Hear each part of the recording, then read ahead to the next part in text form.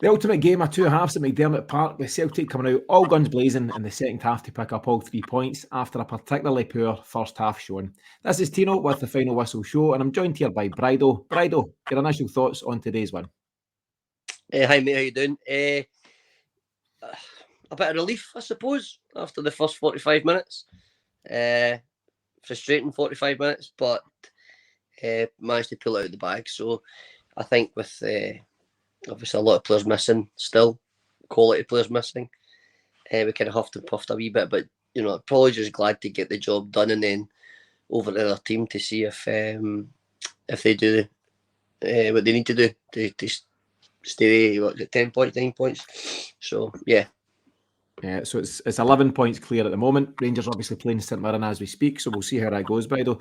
Obviously the headlines are going to come out about the fact that it is very much, or it was, a game of two halves for Celtic. Real lethargy in the first half, real sloppy, no real spark at all, and then flip that on its head for the second half. But what do you put it down to, Brido? What was the first half showing all about? Where are these coming from? I think it's the tempo. I think the tempo is part of it. And I think the lack of quality is the other part of it. I think the wing positions, there's so much, the onus is put on those positions quite a lot in Rodgers' style and tactics. They work it to get into the positions out wide. And, combined with tactics from the opposition kind of congesting the area and stuff, it makes it really difficult. And we just lack the creativity. Just didn't get build momentum. I think it's important when you're playing against these teams, you don't give them a second and you catch them out with your speed of play, speed of thought. That didn't happen the first half. It did happen in the second half, and obviously we then got the result. But but those wing positions in particular for me, and fullbacks, the fullbacks just not doing enough for me. Just not doing enough, and there's still a lot of questions I think that haven't been answered. I stressed that it was the fullbacks and wingers that caused us problems in Lazio, Brido. I think it was, same fullbacks, Taylor and Johnson, and then you had Yang and Jamesy Forrest to start the game in Rome, and it just didn't work. And I think, listen, every position is key, of course it is. Everyone needs to be ticking, but those 4 positions, as you rightfully point out, they're so key to what Brendan Rodgers does. He looks to get width and he looks to get in behind teams and cause problems. And if those positions aren't firing, which they certainly weren't in the first half, then there's little wonder you're going to struggle to break these kind of teams down. There's also the argument about the creativity that's come out the Celtic side in recent times. At the moment, no Hatate, no Jota from last season, no Aaron Moyes from last season, and obviously Dyson Maeda, the impact he has. So there's key creatives there that Rodgers so far hasn't been able to replace at this moment in time. Yeah, I mean, I think it's the impact those other players have, obviously their own contributions, but it's the impact they have on important players, mainly Kyogo. The style hasn't really helped him, but he's still scoring goals earlier on in the season. Maeda not playing doesn't help him because Maeda, although technically he's not as good as other players, he hits the byline, he puts it across low and early, and Kyogo's movement gets some goals. We seem to be clinging on. Palmer tucks inside all the time. Mikey Johnstone, who plays on the left, tucks inside. James Forrest tends to tuck inside. And it wasn't really until we got Mikey Johnstone in the second half getting to the byline, beating players and putting the ball across. Not always great balls, but at least he took the onus upon himself and says, if I don't do this, I'm not getting this team. And he didn't pass the buck, to be fair to him. He didn't pass the buck. He took the ball and he went at the fullback. And a lot of our good work came from that, and he rightly gets a lot of praise for his contribution today. But those players missing, any team losing probably 4 or 5 starters that they've got at the minute, and also losing the quality of Jota. I stressed on Tuesday that losing Jota's quality, and we're giving them the experience, but we're not then getting the benefit of that experience in the Champions League the next again season. But we offload them and we start again. We offload them, start again. And it's about finding that balance of when we keep the players for longer than we keep them if we can, and get the benefit from that. But yeah, you're right. Those players not playing, I think, it's hard. It is hard, but ultimately we should still always have enough domestically to do the job. Yeah, you'd like to think so. Yeah, just in terms of the lineup that Rodgers went with this afternoon, Bridle, just to bring it back to the game. Myself and James done the pre-match. We asked the question, was this an opportunity to freshen things up after another European disappointment? Was it an opportunity for Navrocki potentially to come in for Scales? What was he going to do in the wide areas, etc.? And truth be told, he didn't make many changes. And I wonder if, again, that's a way of him showing to the board, I don't have the quality. Maybe I'd like to rest Callum McGregor. Maybe I'd like to take Liam Scales out for a bit, but I don't have the quality to do so. I'm not sure. But ultimately, he's gone with a fairly familiar lineup. And the only two big calls, and I'm not sure you can call them big calls, was David Turnbull getting that third place in midfield again, and Yang giving the other nod out on the right-hand side. How do you think both of those boys done, with particular focus on Yang? I mean, I think he's full of endeavour, to be fair to him. You know, he does work hard. He's not lazy. He seems to want to get on the ball, but it's like he's not very clever. That's what it comes across. He's not very clever. The offsides were the most frustrating. They're almost as frustrating as when Greg Taylor takes a throw in, for me, to be honest. It's almost as frustrating. It's like it just stopped any momentum. And the hard work, like we said, the full team work to get the ball out into those positions more than most. And to just look along the line. Just look along the line. It's not difficult. So he did try. I mean, I don't think he's not trying. That's not. I'm not aiming that at him, but I just feel like he's once a few things kind of go wrong, rightfully the kind of crowd end up getting frustrated and maybe a bit on his back. I don't think he's then, not yet anyway, got that ability to bounce back from making mistakes and then do something good. Yeah, I mean, we talk about the inconsistency you'll get from some of these players we've signed. They're very much development players, or a lot of them are. And you're going to get some good games and some bad games. But the frustration for me is that Yang had a really decent game against Aberdeen, the 6-0 win. He's since struggled in the Motherwell game, struggled at Lazio, and now struggled against St Johnstone. And surely if you're capable of a decent game against Aberdeen, it's not like you're coming up against extremely different opposition domestically. I'll take the Lazio thing out of it, but he should be more than capable of saying, okay, I can do it against Aberdeen. I've probably got it in my locker to do it against St Johnstone. And there's no real excuse for going back the way. I understand a wee bit of inconsistency. Sometimes wingers will stand out more than others, but I don't think it's acceptable to regress in the way that he has done in the short time since the Aberdeen game. I really don't. You know, since that time, he's had more coaching from Brendan Rodgers. He spent more time amongst the players. He spent more time in Scotland. And I know the Aberdeen game was only whatever it was, 3 to 4 weeks ago, but you'd expect him to be kind of just chipping in some decent stuff and gradually getting better and better so that he can put in a full 90-minute performance. But actually, he's gone rapidly back the way. Yeah, I think he has. It's difficult to not be. You know, we're here to judge, I suppose, as fans. But that's what we do. We judge every week. We make opinions on it every week, every game. And you don't want to get on players' backs and stuff. Far from it. But I feel like the situation we're in is actually not fair on these guys either. To be fair, you know that I think that a guy like him coming in still young from a different country, he should be getting dipped in and dipped out, and to then have us focusing on him to be one of our main players. I think that tells us where we are right now squad wise. If we are relying on a guy who hasn't done it before to be our main person, or relying on a guy who's been there for 15 years in James Forrest. I mean, it's on Mikey Johnstone we've loaned out a few times and looked like he was never going to play for us again. These are the guys we're pointing at in those positions to do something. And I think that in itself tells a story. And you're right, with the young players, you would normally see a kind of 2 or 3 games, they're absolutely flying, they're doing these things that they probably never dreamed of doing, and then they have one bad game and then they're dropped out the team and then they got. But you're right, it's difficult to argue that he plays really well against Aberdeen and then 2.5, 3 weeks later, it wasn't great. It just wasn't great. I agree with you. The bigger picture wise, potentially the plan was never to have Yang starting games at this stage. You know, we've talked about Abada, Maeda, even Tilio being unavailable at this moment in time. And potentially the plan was for other guys to be getting those minutes and for Yang to get 20 minutes off the bench here and there. So I take that into consideration, and maybe it's just too soon in his development. And yeah, there's no doubt he's struggling, but maybe there's reasons behind that. To take it back to the blow-by-blow of the game. Obviously, Celtic started okay, as in the very initial start of the game, first 5 minutes or so. But very quickly, Brido, it had the feel of just one of those games about it, certainly for a time. And we were struggling, we were sloppy, we were passing out the park, lots of stuff not going right. And you seen St Johnstone getting a bit of belief out of that. Maybe initially they thought they were going to get, real pressure on them and shots getting peppered at their goalie. Didn't really happen. They grew in confidence, and lo and behold, it's them that's stolen the opening goal.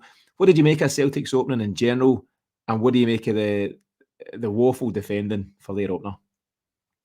Yeah, like you said, we started off, it looked like, oh, right, okay, they're at it. We looked like we're doing all right. And then, like you said, I think after 10 minutes, it just seemed to develop into a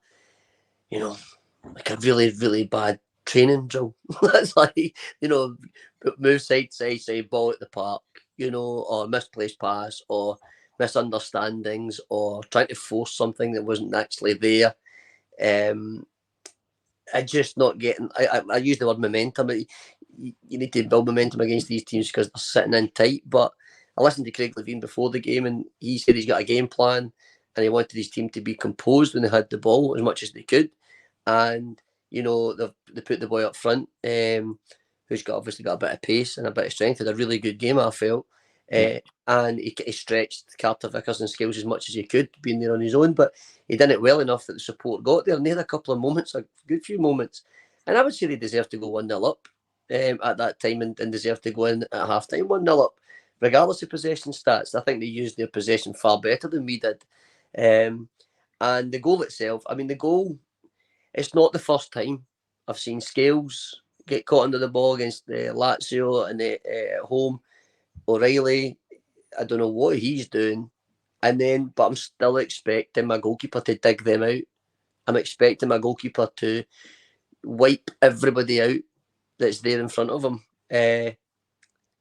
And similar to the goal against Motherwell, he's just not there. And again, I don't like being the guy who's hard on him, but so many fans have said for a long time now, goalkeeper and left back. Goalkeeper and left back, goalkeeper and left back, goalkeeper. We've said it 1,000 times, and each time that happens, it just highlights it even more. And listen, I dare say they are looking at goalkeepers and left backs, maybe not got the one that they want to find. It's a fairly bespoke position, of course, and we wasted money on Barkas. We were willing to spend the money, but it didn't really work out. But it's got to be better. But then the thing is, he has no competition whatsoever because the other goalkeepers would do the exact same. But yeah, it just summed up the first half. It just summed up the first half for me. Yeah, you're spot on about the lack of competition, but it cut to the bench at one point and I caught a glimpse of the lesser spotted Benjamin Siegrist, and I thought, nice to see that he's doing well, enjoying his Sunday afternoon in Perth, because he's not doing anything else for Celtic, and that's been another poor signing to follow up on Barkas. But yeah, from Joe Hart's point of view, listen, my main culprit for the goal is definitely Matt O'Reilly. I think he's got to go and attack that with his head, clear the danger, and you regroup. But there's no doubt that Joe Hart, he is rooted to his line when these balls come in. And again, I'm repeating now what I said at Motherwell. If the in-swinging ball lands somewhere around the penalty spot, 10, 12, 14 yards out, that's fine. That's not goalie territory. 6 yard and closer definitely is. And again, like Motherwell, this ball was around about the 6 yard area. And I just think he's got to come out and either claim them or get a good punch on them and clear the danger. So definitely O'Reilly at fault initially, but Hart's position and his approach to corners is causing us trouble. And if you're any side in the Scottish Premiership, you'll be looking at that now, Brido, and thinking, yeah, Celtic will have the lion's share of possession, but with set pieces and corners, we've always got a chance. Yeah, most teams have got some set piece coach, which I find bizarre. It must be the easiest job in the world, I think. but it's quite clear that we've seen it so many times now in all the games, really. So they've seen that, and it's obviously a weakness of ours because our goalkeeper just doesn't want to do it or doesn't feel able to do it, or I don't know. Goalkeepers get protected so much, especially with VAR. So if he comes out and runs into a St Johnstone player and tries to punch it and fall, he'll probably get a foul. Do you know what I mean? He'll probably get a foul, but He kind of bounces on the same spot, and the players get in each other's road and they kick off each other, and it was just nobody wanted to take charge of it. And that, for me, it starts with O'Reilly, but Joe Hart, any good goalkeeper, bails his team out and then roars at the person who's made the mistake. We get away with it, and he's just not done that, I'm afraid. And I think, domestic left would do okay this season and win the remaining 2 trophies. It'll be great to, I think, say thanks very much and see you later. I think that would be the right time to do it, and I think Joe Hart would be happy, the fans would be happy, and we could all move on and thank him for overall a job well done. But he's letting us down a wee bit at different moments set piece wise, and I'd like to see a huge improvement in that between now and the turn of the season. We get towards half time, and now's a good time to bring out the Brendan Rodgers quotes. I'm sure you'll have heard him post-match, Bridal. He was fizzing, and rightfully so. And you don't see Brendan Rodgers get too animated. I mentioned recently he doesn't get too high with the highs, he doesn't get too low with the lows. He stays in this kind of middle ground. He was clearly very, very annoyed at what his players produced during that first half. First of all, he was asked about the goal itself. Was there a foul or was there anything like that? Quote unquote, he said there was no foul, we were soft, we get bullied in that moment and we weren't aggressive enough. So it's good to see that he's not trying to paper over those cracks. And he's then gone one further. He was asked in general about the first half performance. He said some players want to be too comfortable and just do enough, and it's not enough at this club. You've got to have that mentality and that intensity from the very first whistle. I was probably as angry as I've been at half-time in my whole management career. Now, Bridal, he's been in management a long, long time. I think Brendan Rodgers is 50, 51 years of age, something like that. Been managing and coaching for a long, long time. So it says a lot, doesn't it, that he was so angry at half-time that he's delivered that message. Yeah, absolutely, because I agree with you. Normally, I quite like his approach to the media. He doesn't say anything, overly controversial. He's very measured in his approach. I said on the other, I think it was after the Lazio game, I feel like he's a man who doesn't look overly delighted at the minute. I think he's cutting a kind of frustrated figure. We're getting away with it domestically to an extent, but it's almost like that's been coming. He looked absolutely, even in the post-match after winning 3-1 away from home, he still looked pretty raging, and rightfully so. And that kind of adds to the point I was making earlier about the onus being players taking that and doing the job they're there to do instead of passing the buck. And I just feel like there's too many of them. Pass it to somebody else and say, no, you do it. Because it's almost like they look petrified at times. I'm not saying they're petrified, they're playing for Glasgow Celtic, but what they're doing, and it doesn't shout, I want to win this game, or I want to do my bit to win this game. I'll pass it to McGregor, or I'll Palmer takes on the onus, I think, to be fair. Kyogo, O'Reilly does, but I think there's far too many of them that are borderline passengers at times. Yeah, do you know there's folks. So Brendan Rodgers obviously spoke fairly strongly after the Lazio game as well, and there's a fine line here. A lot of folk have said, "Oh, throwing the players under the bus, and all that stuff." I don't agree with that statement at all. I think it's far from throwing the players under the bus, but you're quite right as a manager to demand high standards and high performance levels. That's not throwing somebody under the bus. If you're just turning around and saying it's him and him and him that have cost us the problems here today, that's thrown under the bus. But if you're saying these players need to do more, need to give us better, need to raise their levels, that's okay, and you're well within your rights as a manager or a coach to make those statements at a club like Celtic. Do you think there's anyone that should be looking over their shoulder though, Brad? Or do you think there's anyone that, in particular, that Brendan Rodgers is, potentially directing those quotes at? Yeah, if you looked at it, I suppose you'd be looking at the players that he takes off. That would be an obvious one. But then again, he can't take them all off. I'd have to say it's people from the middle to the front. I don't think it's a defence. But then again, the fullbacks would have to be involved in that middle to front discussion, because that's what they're there to do as part of their job. When you're playing with Celtic at fullback, you're actually attacking more than defending, because we've got the ball. And I feel like Greg Taylor would have to be one of them. Certainly, if Rodgers sees what myself and the folk that I watch games with, if he sees the same as what we see, and I don't think we're all going to be wrong, then he'll see that Johnson's regressed a wee bit. I don't think anywhere near as bad as what Taylor offers. And in the middle of the park, you know, he's probably meaning that about O'Reilly in that game and Turnbull in that game, or in that moment of that game. But I don't think he might mean O'Reilly full stop. You know, I think O'Reilly's contributed and does and has to, like he done this afternoon. But I would say the wing positions would be the ultimate ones. Yang, yeah, he's not even looking over his shoulder because he's not in the position to look over his shoulder yet. He's just not got in it yet.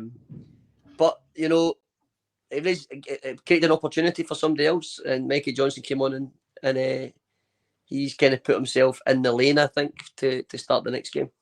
Yeah, he did. And we'll get to Mikey just shortly, and I'm pleased to see him do so well. I'm obviously a big fan. That's no secret, and we'll cover what he done. He's got more to bring, but he's certainly done a lot of good things today. Let's get to the goals, Bridal. We'll cut through them fairly quickly. So Callum McGregor, listen, I won't dwell on it. Wasn't having a great game, but he stepped up with a captain's moment, didn't he, with the goal? It's 67 minutes that the goal comes in.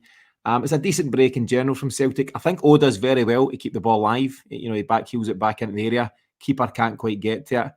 Couple of attempts to clear it, and ultimately it then breaks to McGregor at the edge of the box. He's got a lot to do there, Bridal, in terms of technique and whatever, but he's caught it sweet, hasn't he? Yeah, I mean, to say he catches the sweet spot would be would be an understatement. He catches it absolutely perfectly, and it's just a sheer power, and they gets it past the goalkeeper. I thought actually had a real good contribution to the game, and kind of was crying out for that the way that St Johnstone was set up as well. He was going to obviously occupy at least one of the centre halves to give Kyogo a bit more space, and that's where O'Reilly's goal obviously comes as well. But I think just creating space at the edge of that box, that's where our goals were going to come from, and ultimately that's what happened. But yeah, he didn't have a great first half at all. But like you said, there's no point dwelling on that too much. He's had plenty of good games. It's not to let him off the hook as such, but yeah, a really, really, really good strike and a very, very important goal because of obviously where it led us to.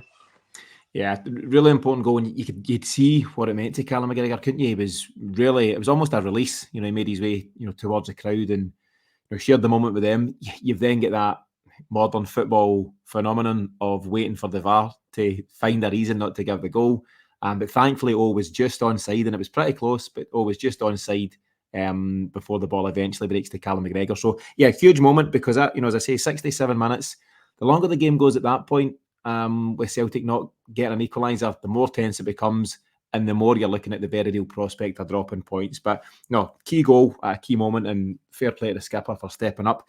Celtic then get the second goal at 79 minutes. It's Matt O'Reilly, another guy who's had far better games in a Celtic shirt, but he came into it, as a lot of them did, in the second half. And actually, if you just watch the goal in isolation, it's such a brilliant move. And there's a ball played into Mikey Johnstone, and he's got the awareness to flick it behind him to Kyogo, who didn't have a great game, but he's got the composure to roll it into O'Reilly. And there's a lot of work for O'Reilly still to do on his weaker right foot, but it is some strike, isn't it? And it's it's a brilliant goal, and it's well worthy of putting you 2-1 in front. Yeah, it was a really well worked goal. Obviously, it comes from St Johnstone being up further up the park, which they weren't as often, and then ultimately it helps create a wee bit of space for us. The touch that Mikey Johnstone makes is actually, I think, been understated. I think that touch and that awareness to keep that moving with one touch was vital, because a lot of people, they try to bring it down and take a touch and go backwards with it. His wee touch, I thought it was a touch of class, actually. And Kyogo's perfectly weighted pass as well. I think it's only a 5-10 yard pass, but in that tight moment in tight space in the game, or part of the pitch where it's congested, it needs to have that quality, and I felt that quality was there. And ultimately, listen, he could hit 100 shots with his right foot. In fact, I don't think he's ever hit 100 shots in his full career with his right foot. I don't even think he attempts them. But maybe he should if he's firing them into the top corner like that. It was an absolute screamer. And, at that moment, there was a real sigh of relief as much as there was celebration. I think they probably looked at VAR for something there as well, which would be more ridiculous. But yeah, it was a tough day, and that second goal was essentially what kind of got us on our way to relief, I would say. Yeah, and it's O'Reilly's had a big season so far, but there's no doubt he has dipped over the last few weeks. So it was good for him to have a big moment, particularly after playing his part in the goal that we conceded. But it's a really, really decent strike with his right foot. And listen, that's a really decent goalie they've got. I think it's Dimitar Mitov. We spoke about him pre-match, Bulgarian goalkeeper. Pretty handy, pretty decent goalkeeper. And, had a fairly decent afternoon despite losing 3 goals. The other guy you mentioned, Brido, and rightfully so, is the striker they brought in. So Delang Jayasimi, he's on loan from Charlton, 25-year-old. And as well as the goal, and it was a scrappy goal they scored, but a goal that he'll be happy to take credit for. I thought he did have a decent day occupying, our physical centre halves and Carter Vickers and Liam Scale. So fair play to them, but no, when the key moments came around, it's Matt O'Reilly that stepped up.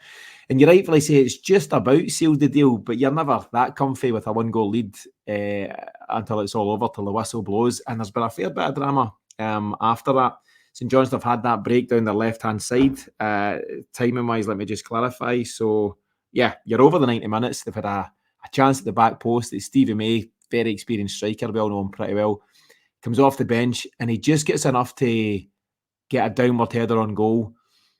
Now, Joe Hart makes a huge save. Huge save. It's so important in the context of the game. Could very easily have crept into the back of the net, and you're dropping points again. I would argue that he potentially should come out for the cross in the first place. Again, it's around the 6-yard box, but we'll not split hairs over that. But when it comes to it, he's got a huge save to make. He does so. Before you know it, Jamesy Forrest clears his lines in the box, and then there's a real break on. O does well to hold it up. Tomoki Iwata does brilliantly to break. Next thing you know, it falls into Jamesy's path. And he's a guy that's facing criticism at different times just now. But when you need somebody to show the composure to win you the game, James is the man, and he's done it for long enough at Celtic, and you can finally breathe. And it was a really good goal from Celtic, but it could have been so different, Bridal. Yeah, my heart was in my mouth. In fact, maybe somewhere else, but I can't see on this. I don't know where my heart went, but yeah, Hart makes a good save. I mean, it is a good save. A save I think I'm expecting him to make. I thought it was Stevie May too, but it was actually the other guy. I think the commentator said Stevie May, but I think it was actually the other guy.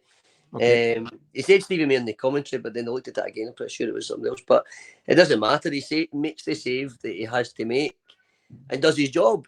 And I mean, this is the most frustrating thing about Joe Hart is a lot of us have got a lot of praise for him because he's had some big moments for us. But that's what he's done. He's made the save. And you're right. Forrest is getting criticism just because of how James Forrest is in his style and he's part of his career now. He's not necessarily getting the stick because he's doing anything wrong as such. He's not giving the ball away every 2 minutes or whatever. He's just not impactful like he might have been in other games. And it's frustrating for us because we feel like we're having to rely on a guy who's been there for so long. Why are we not moving on? And I think it's more all our frustrations rolled into one that Jamesy seems to get it. He's had some big moments for Celtic in his career. I'm not saying that's one of his biggest, but he takes his goals so well, and he's got the desire to get up the park. He clears it at the edge of the box, and he's sprinting, the full length of the pitch. Many folk would say, "I'll clear it and I'll just cover my lines and put it to the corner and whatever." But he has the proper desire to get to the other end of the pitch, and he also has the quality to stick it away. Yeah, he's you're right. I mean, he's not the 27, 28-year-old James Forrest that we knew, and he's not going to have that kind of impact on games for Celtic. What he is a very good professional, and when called upon, he'll give you all his experience and all his endeavour, and you'll get what you get. It won't have the same impact on games as previous, but it'll still help you out at times. Now, listen, we've been relatively critical, if that's the right word. We've always been complimentary in terms of James Forrest as a pro and what he does. But maybe it's more critical of the fact that Celtic are still relying on James Forrest rather than James himself. And maybe we need to show more balance there. But listen, ultimately, we needed someone to see out the game, and he was the man. And well done to Tomoki Iwata as well. Which brings into the fact that all 4 subs had an impact, Bridal. Mikey Johnstone, James Forrest and Iwata. Just want to touch back on Mikey very briefly before we wrap things up. As I mentioned, I'm a huge fan, and I'm keen to see him kick on now. This is a decent second half showing against a limited St Johnstone side. Can he now go into further games for Celtic and prove that he's got something to offer? And the question is, does he now start for you on Wednesday against Hibs? So we're obviously taking on Hibs at Celtic Park. pretty decent, game to look forward to. But has Mikey earned a start here? So far, Celtic and Brendan Rodgers have been throwing him in when we need a goal, when we need a win. We're 1-0 down, or we're struggling to break somebody down, and he's getting 20 minutes here, half an hour there. Today, he get 45 minutes. Probably should have picked up the man of the match trophy. And you might have seen the moment where Callum McGregor admitted as such, just after he got man of the match. But a good day for Mikey Johnstone, but he needs to now take that further. Does he start for you in place of somebody like Yang on Wednesday? Yeah, I think there's no question of that. I actually think his performance on Tuesday night as well, I think it combined. I'm happy when players like Celtic maybe prove me wrong, or because ultimately we want Celtic to win. We want that. That's what we all want. And again, there's the criticism of Mikey Johnstone isn't without reason or fact. He's just not done it. I think in a similar way, the Forest thing I was mentioning there, I think the criticism comes because I think a lot of people can see there's potential there to be a really, really good player for Celtic. And he's came up through our youth ranks and all of the above. And it's something that we all want. We all want that story. But he's the one that is kind of letting himself down or doesn't do things. Maybe he's more mature now. Maybe he's had his experience living away in a different country and he's came back. Maybe he sees that he's got one chance left to play for Celtic. And maybe that's where he's at. And maybe that's why he's never been short of confidence. And you can see that he fell over and put the ball at the park for a goal kick at a moment where I think it was still 1 each at the time. And the fans were like, "God, come on," giving him a hard time. But he looked pretty chilled. He was as if to say, right, no, I'll get it. And he get it again, and he done it again. He gets the ball and he does what he needs to do. So I think he 100% deserves to start. Whether or not he's got any long-term future at Celtic, that remains to be seen and see what he does under this manager. But for me, he definitely has to be starting. And that goes against everything I said prior to the 2 or 3 games ago, because I didn't think he would be anywhere near our squad, or certainly not starting 11. Yeah, and maybe it's just come about because of those injuries in the wide areas, Maeda, Abadas, and other issues there. So yeah, all Mikey can do is have an impact when he gets a chance, and he definitely done that today, and he'll be feeling a bit better about himself than maybe in recent times. He also spoke with a bit of a maturity. He was asked about his individual performance, and he had the savvy to say, "Listen, it's all about the team. And if I can play a part, then all the better." So let's see how Mikey goes Wednesday night and beyond. Brad, your final thoughts as we wrap things up after what was looking like a difficult afternoon, but all came good eventually. Just relief. It's a game closer to the title. It's 3 points. It's I don't know. Rangers, if they get their win, so be it. Doesn't matter. If they do what we do, we win the league comfortably. So it's just a case get those points in the bag. It's another away venue ticked off before the kind of half season part, and I think just glad to get the points. Second half we can look at and get more of that, but let's minimise how many of those first half performances we get. And I've got the Young Green Brigade down the stairs. I don't know if you've heard them screaming and shouting over this podcast. That's the future of the club right there.